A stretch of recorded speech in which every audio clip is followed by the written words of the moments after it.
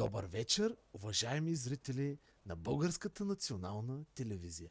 Аз съм Йордан Георгиев и се намираме пред сградата на общината, сърцето на нашата администрация, където се излива недоволството на неколцина и настроенията са негативни.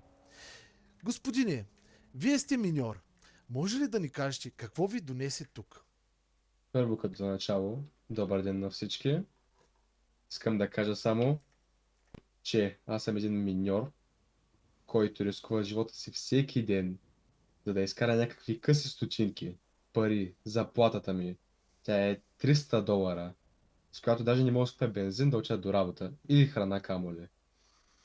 Обещаха, Мгм. че има повишения за всички, но всичко остана на хартия само. Това не е работа, това е тъпо робство.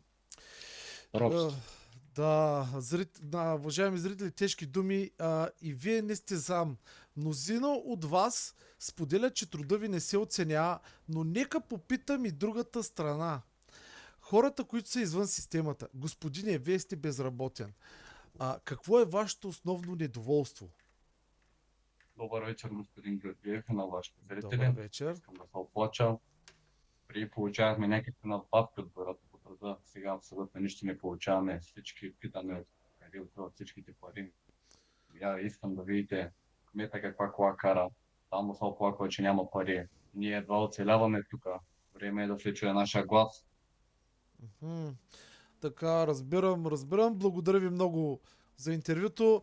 Уважаеми зрители, днес Благодаря. по-рано от общината споделиха, че се работи над бъдещи проекти, а, по които си има тяхното технологично време за изготвяне. Губернаторът поиска да няма изопачаване на думите му, а да има честност, прозрачност и неутрални позиции. Той също съобщи, че се очертават нови строителни проекти, по които се водят обсъждания и скоро се очаква да се даде ход на действие. Темите са сериозни. Очакваме общината да отговори също и на недоволството а, на с конкретни мерки. И така, за Българската национална телевизия Йордан Георгиев наживо от сградата на общината. Благодаря ви.